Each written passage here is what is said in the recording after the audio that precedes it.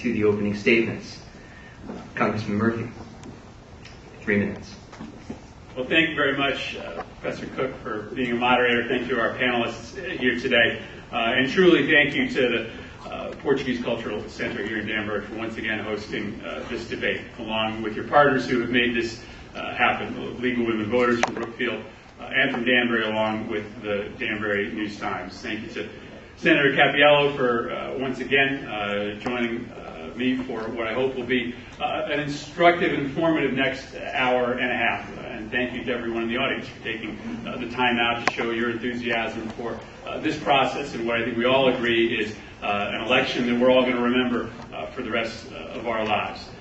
For me, this is a year that I'll remember for more than just the reason of the election that stands before us. The most important event in my life by far, up until this moment, was not this election nor the one that took place 2 years ago, but an event that happened almost 8 weeks ago to the day, the birth of my first son, Kathy and I's first child, Owen. And as all of you know in this audience, when you look at your child, when you look at your grandchild, it gives you yet another reason to commit a little piece of yourself to public service in whatever way that you've chosen to do it. And for me, that certainly has been the case.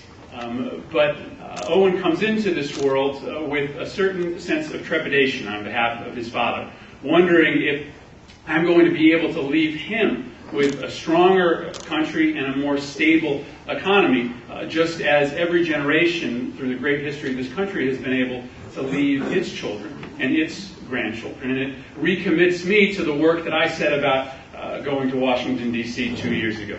You see, I thought that we had fundamentally lost a connection with our government in Washington, that the things that we were talking about back here in Danbury and Waterbury and Cheshire, where I live, the high cost of health care, the struggle that the middle class was going through, were things that weren't being listened to in Washington. That it seemed that the drug industry and the insurance industry, the oil companies had captured the agenda down there and had captured too many voices of the people that we sent there. And the struggle that we had had for a very long time to get our voices heard was one that we were losing. So for my son, I first think about the mission ahead of us to try to make sure that that American dream, the one that allowed me to be a member of Congress after my forefathers came here from countries abroad, can still be realized. And so it means that I'm going to spend every waking moment of my time in... Is that quick, huh? 3 minutes.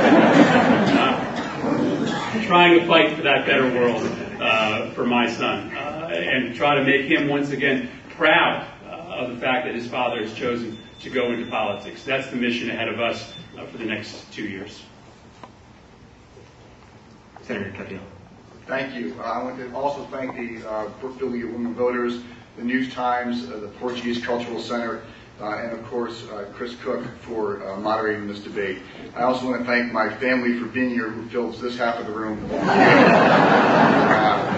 Thank all of you. Of course, my beautiful wife Christine, who's here, my mom and dad, and my grandmother sit too, Larissa. Thank you. I'm running for Congress because I don't understand a lot about my opponent and his friends in Washington.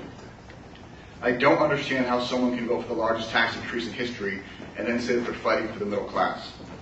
I don't understand how you can claim the day before you're sworn into office that you'd like to eliminate earmarks and then request $500 million in earmarks in less than 2 years. And I don't understand how you can be the champion of campaign finance reform and ethics reform and then accept the help from our former governor, John Rowland, for your campaign. Promises made on the campaign trail are often promises broken once you get to Congress. And it boils down to partisanship, a failure of people on both sides of the aisle to work together, but it also comes down to standing up to your own party leaders when necessary. My record in Hartford rejects that entire notion that you can't work with other members of the other side of the aisle or that you can't stand up to members of your own party. I brought Republicans and Democrats together here in the city of Danbury when it came to expanding cardiac care. Members who are right here in the audience, Representative Marianne Carson, David Scribner, and Jan Giegler, who are Republicans, Representative Bob Godfrey, a Democrat, and former Representative Lou Wallace, we all worked together to do that. We also worked to pass legislation to ensure that life-threatening metabolic disorders were tested every year in this state. I've stood up to my own party even when it was uncomfortable.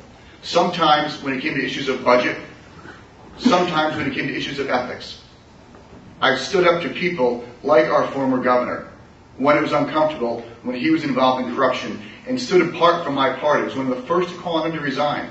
And even another friend of mine in the state Senate, who was a dear friend of mine, but was involved in some ethical lapses. And I had to stand up because I don't represent them in Hartford, and I don't represent them if I go to Washington, D.C. I represent all of you in this room. Change is the word of the day. Everyone likes to say change. And we do need change. But change doesn't happen by going along to get along. Change happens by standing up and making a difference. Change happens by saying, I'm sorry, I'm not going to support that bill. It's not the right bill. I have to vote no. Let's work for the betterment of the people in our district. More importantly, there's a game that's played in Washington. A game where they point the fingers at one another and say it's your fault on the other side of the aisle, or it's your fault with the administration. We have to start by looking at ourselves, and that's how we're going to make change in Washington.